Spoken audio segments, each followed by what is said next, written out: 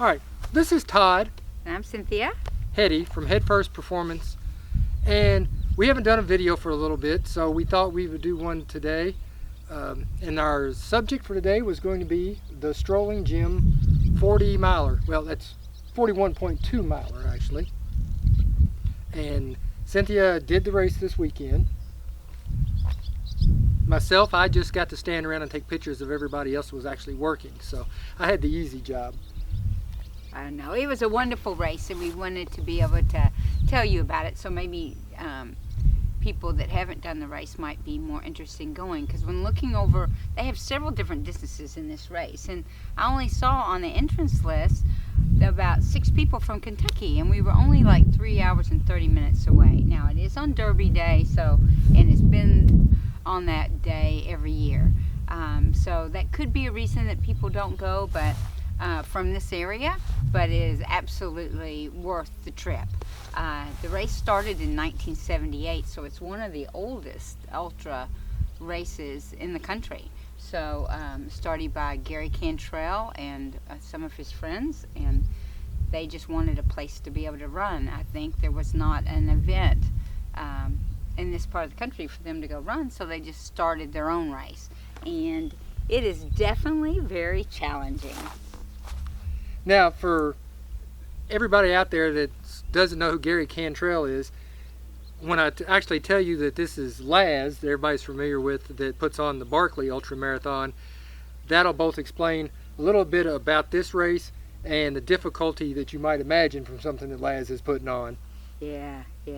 It's really neat. I think it is a road race, so 41.2 miles on the road is a little bit different than running a trail run, and there aren't really that many ultras, I think, other than maybe there are a lot of the 12-hour, 24-hour track runs that people do, but this is it is completely like a loop and is on the road, but it definitely would be a trail runner's road race. Like it was absolutely beautiful. I really think it might be the prettiest road race I have ever ran, and I haven't ran that far, I think, in almost 20 years on the road, and it was okay. I mean, it's something I would definitely go back to. There were rolling hills the entire time, so there was not very much place. There weren't many places where there weren't just you weren't climbing or going down a hill, but you ran past horses, which were, I don't know, these several horses running on one side, and then there were cows, and then there were armadillos crossing the road, and I mean there were animals and wildlife and fields of flowers everywhere you turned, and no cars. You barely saw any cars along the way, so that was pretty cool. And that's really unusual considering the big metropolitan areas that the race went through. It starts in a town called Wartrace, and then along the way you go through Normandy, which is one of the bigger cities along the way. But you also go through areas of Bell Buckle and Bug Scuffle. So, as the names imply, it's just a very urban type setting for the race there. Yeah. I think they actually have a half marathon course now, and it actually goes past the house where Laz and his wife lived. And they're actually there. Steve Durbin manages the race, and it was just really nice. Everything about it. The town is kind of, it looks like an old horse town, but it reminds me kind of something you would see in South Dakota. Like there's just a strip of old buildings, and that is all it is, and they're deserted. Maybe a shop in there. There was one restaurant downtown, and then there's a train that goes straight through the middle of town. That's all that was actually there in that town. Actually, the Gallagher Guitar Company is in Wartrace, Tennessee. Yes. I wasn't familiar with Gallagher guitars, but there's some high-end handmade guitars, evidently. Which is pretty cool. Yeah. So in running the race, did you learn anything? Have any epiphanies? During that race? Well, I found that I actually enjoyed running on that road much more than I would have thought. I think running a road race is much different because you need to be more consistent in your running. Like the race starts and you're going uphill right off the get-go, and as a trail runner I'm thinking I would normally be walking this, but everybody's running, so I'm running, and I'm thinking, oh my gosh, I'm gonna die. But I did it, and then I realized everybody has to run their own race, and it's better if I, about mile 7 or 8, like last, they spray painted all over the road, and wrote on there, "This is not a hill." Well, it definitely was a hill, and so by that one, I thought, well, this is not a hill.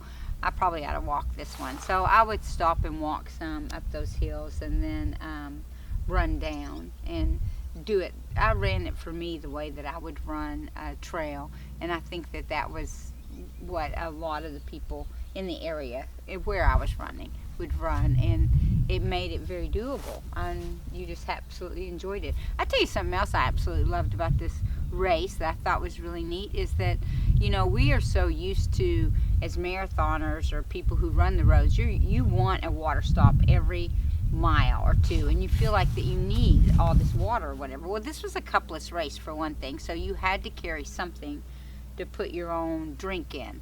But also, the aid stations were more mobile aid stations. They didn't just have, either people drove by and popped the top of their trunk and sat there till runners went by and gave them stuff, or there were jugs of water every so often all lined up along the road.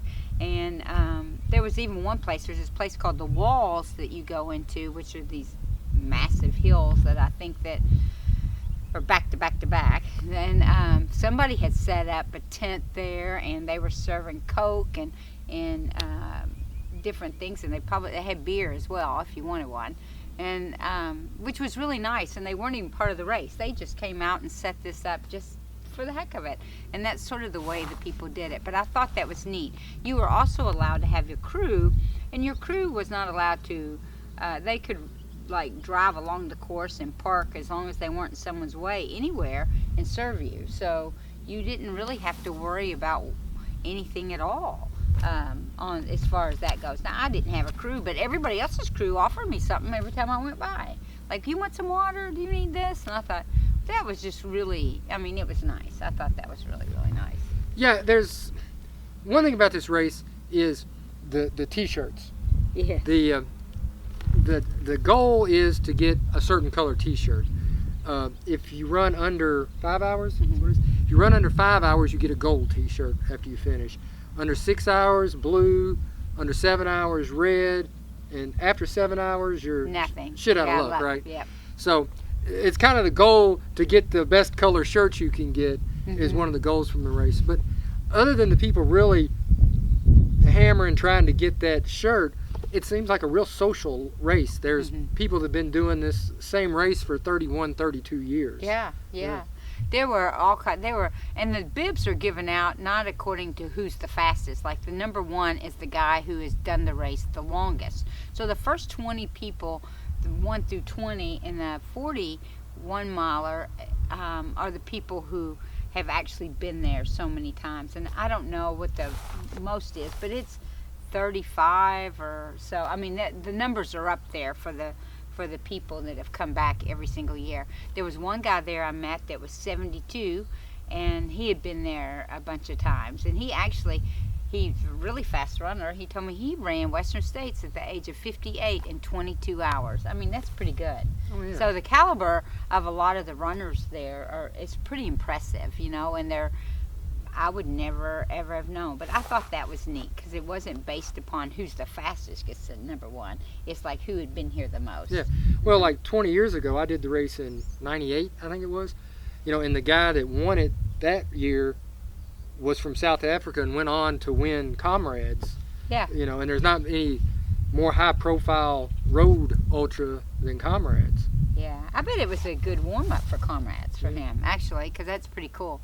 So anyway, the course record, there was a guy from Kentucky, which was really neat. His name is Zach Bevan, came in first at this race, and he had the second fastest overall time of a 4:07 this year. And I thought that was really neat, because actually the record was set, and the race started in 78, and the record is 3:58, I think, or 3:59 for the 40K, and that was set in 1991.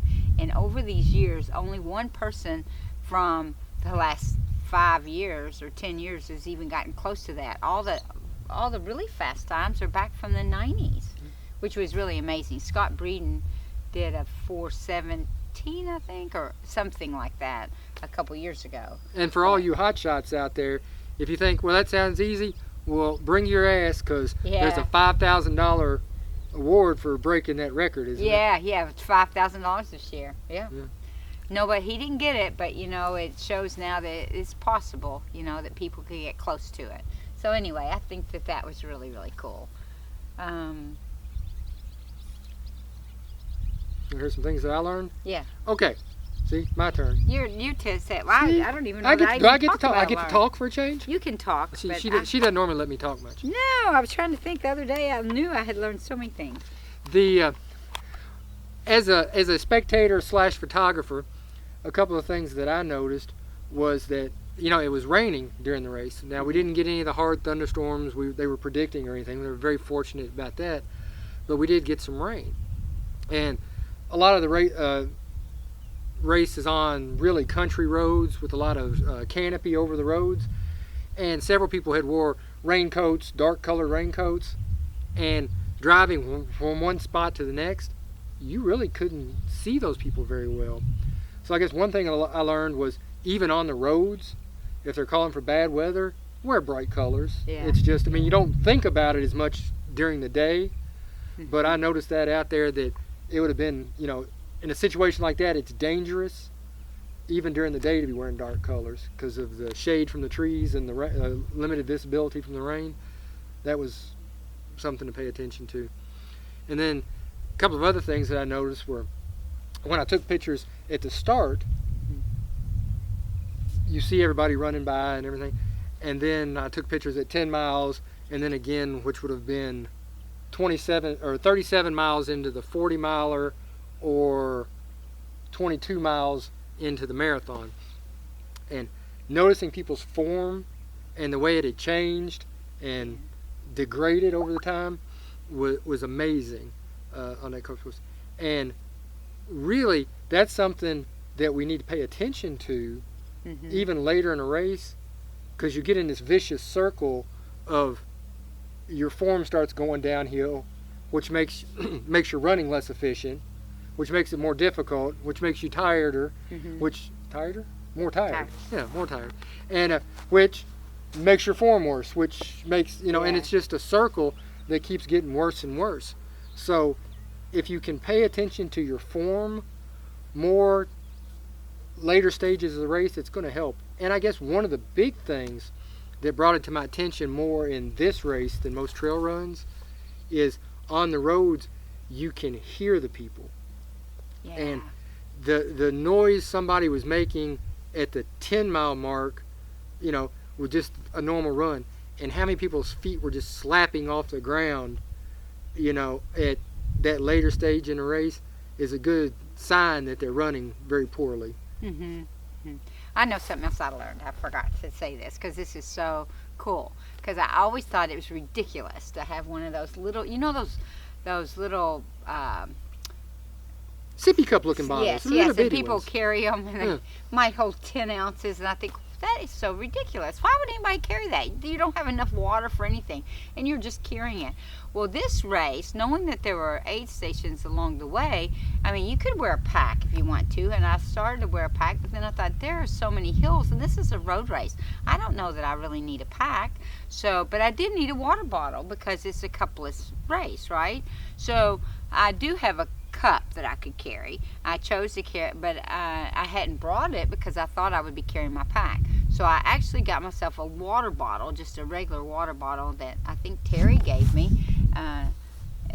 and I carried that. But actually that was more water than I needed in between the things, because it's 12, 16 ounces, and it dawned on me, oh my God, that is why people carry these little bitty cups, because I could just carry one of these things that's 10 ounces or 5, whatever it is, in my hand. It wasn't even 10 ounces, I don't think they are.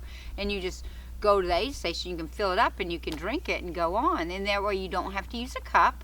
You can use your own little bottle, and it's not heavy, because those water bottles are like carrying 5 pounds in each hand, and they're quite a nuisance to carry, I think, because they become heavy. So it made perfect sense to me now. I have to have one of those things. I would never in my life ever thought that I would want one, but now I totally understand. Like, that is something I'm going to invest in. It's a little bitty thing that goes right in my hand, and I just want it to be the size of my hand, because that's all the water you drink anyway when you go up to one of those aid stations. So anyway, I thought that was pretty cool. Okay, and here's the last thing on the race that I want to talk about. Now, there was one guy that ran it barefoot. I think he just ran the marathon. Just a marathon. I hate saying that. But he ran it barefoot on the roads, and he had some really pretty blue toenail polish on. I thought that was nice. But I noticed a lot of people were wearing sandals. Yep. And, I kind of get I don't get it because I wouldn't do it, but, the sandals with the straps and stuff. But a lot of people were wearing, I don't know, what do you call them? Thong sandals, got the little thing in between flip-flops, kind of like flip-flops. Well, they got the thing between your toes like the flip-flops, yeah. but they got, straps up here and stuff. And I have no idea how you wear those during a race. I mean, does that not ride up in between your toes like a thong underwear would ride up in between your butt cheeks? I don't know. You don't know? I've never worn those. I've never tried it. But evidently, some people like to do that. I noticed a lot of that down there that I'd never. There were a lot of people in sandals, and they ran the whole thing in the road. Yeah. But this was a beautiful race, so I got to tell you, Todd and I would love to share with you different races and places that we go. But I would suggest that everybody get out there. Steve Durbin did a great job, and Terry, his wife, and Laz. And Laz's wife is lovely. Oh my goodness, they're just really. They did a great job, and this race has been around for a long time. I can see. You don't think Laz is lovely? Yeah, well, no, Laz is a sexy man, isn't he? He's a very nice man. He really is. He's friendly. Everybody wanted their picture taken with him. He is a local celebrity to runners, and he was very gracious about it. So I think, he was really nice. Another thing I learned is next time I go, I think I'll taper a little bit because I'd like to I got a red shirt. It might take a little bit. I don't know if I could get a blue shirt actually, but I would work towards getting a blue shirt. I could see the reason to want to do that. Like it's and I think it would be doable. I mean, like you just have to hold back a little bit in the beginning so that you can actually run really hard towards the end. And like you say, not be afraid to give it your all. Sometimes I feel like I hold back too much because I don't want to blow up later. I don't know where that line is, but then I always end up with a lot of extra that I could have given during the race. So it'll be something I'll have to go back and try again. What? We print T-shirts. I can walk inside and just grab you a blue T-shirt. You don't have to run 40 miles but it's to not get the one. same. No, it's not the same. I want it to say, because on the back of the shirt it says sub 7, sub 8. I want to really do the work. You don't wear just the T-shirt. So that's it. So I think that's all we got about Strolling Jim. But I say this video was brought to you by the Otter Night Run. Yeah. The Otter Night Run. It's a up to 35-mile run. 35? Actually, it's a 8-mile loop, so you can go 1 to 4 times. I mean, I guess you could go more if you wanted to. It's during the night, and you can just run around the circle. And it is a run, so you could treat it 2 ways. You could make it a race if you want to. It seems like there's an 8-mile. More people would race maybe the 8-mile, but it is really more for training and socializing. So training with your headlamp, training with your crew to bring your crew out. If you're training to do a night run or a 100-miler, you need to know how to pace and run with someone and how to use your headlamp and what food and stuff that you should carry with you. And so since you come by the camp where we're camping every 8 miles, you can then pick up more stuff that you want, or sit down and eat some food and try different things. Or if you try one headlamp, it didn't work, say the next loop I'm going to try something different. So that is the point of this. And I started it because I was going to do, I think, Western States. Well, I'm not sure which one it was, but I've had trouble with headlamps before, and I wanted to make sure I had that down right. So, but that is on June the 1st, and I take the big grill out, so we'll have a campfire and grilling, and the camping is included with the price of coming and the food. So just come and bring yourself and bring your family if you want and camp with us. We'd love to have you. Like I said, it's up to a 35-mile run. on an 8-mile trail, little over 8 miles. That's how the 35 math works out. But so the trail is, for a trail, it's fairly easy, runnable trail.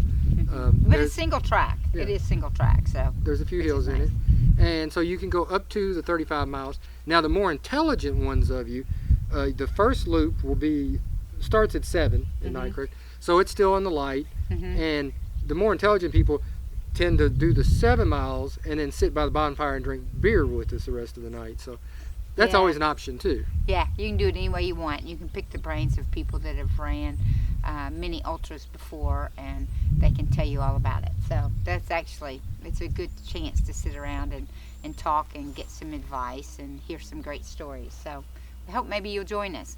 And anyway, have a great day. Thanks a lot.